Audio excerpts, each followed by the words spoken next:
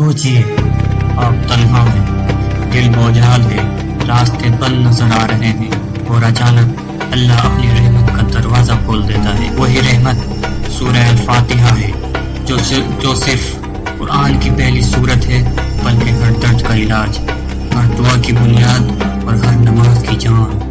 سورہ الفاتحہ کب نازل ہوئی؟ سورہ الفاتحہ مکہ مکرمہ میں نبی کریم صلی اللہ تعالیٰ علیہ وسلم کی نبوت کے بالکل شروعاتی دور میں نازل ہوئی۔ اس سے پہلی مکمل سورت ہونے کی شرف حاصل ہے جب مسلمان کمزور تھے، ظلم برداشت کر رہے تھے، تب اللہ نے اپنے بندوں کو ایک مکمل دعا عطا کی۔ اللہ تعالیٰ نے سورہ الفاتحہ کو بندے اور رب کے درمیان گفتگو بنایا ہے۔ حدیث میں آتا ہے، میں نے سورہ الفاتحہ کو اپنے اور اپنے بندے کے درمیان آدھا آدھا تقسیم کر دیا ہے۔ جب بندہ کہتا ہے الحمدللہ رب العالمین، اللہ فرماتا ہے میرے بندے نے میری تعریف کی۔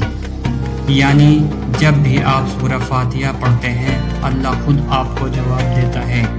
جب نبی کریم صلی اللہ تعالیٰ علیہ وسلم طائف سے لوٹے، غم، درد اور لوگوں کی نفرت کے ساتھ، تو سورہ الفاتحہ نے سکھایا صبر، توکل، صرف اللہ سے مدد کا یقین۔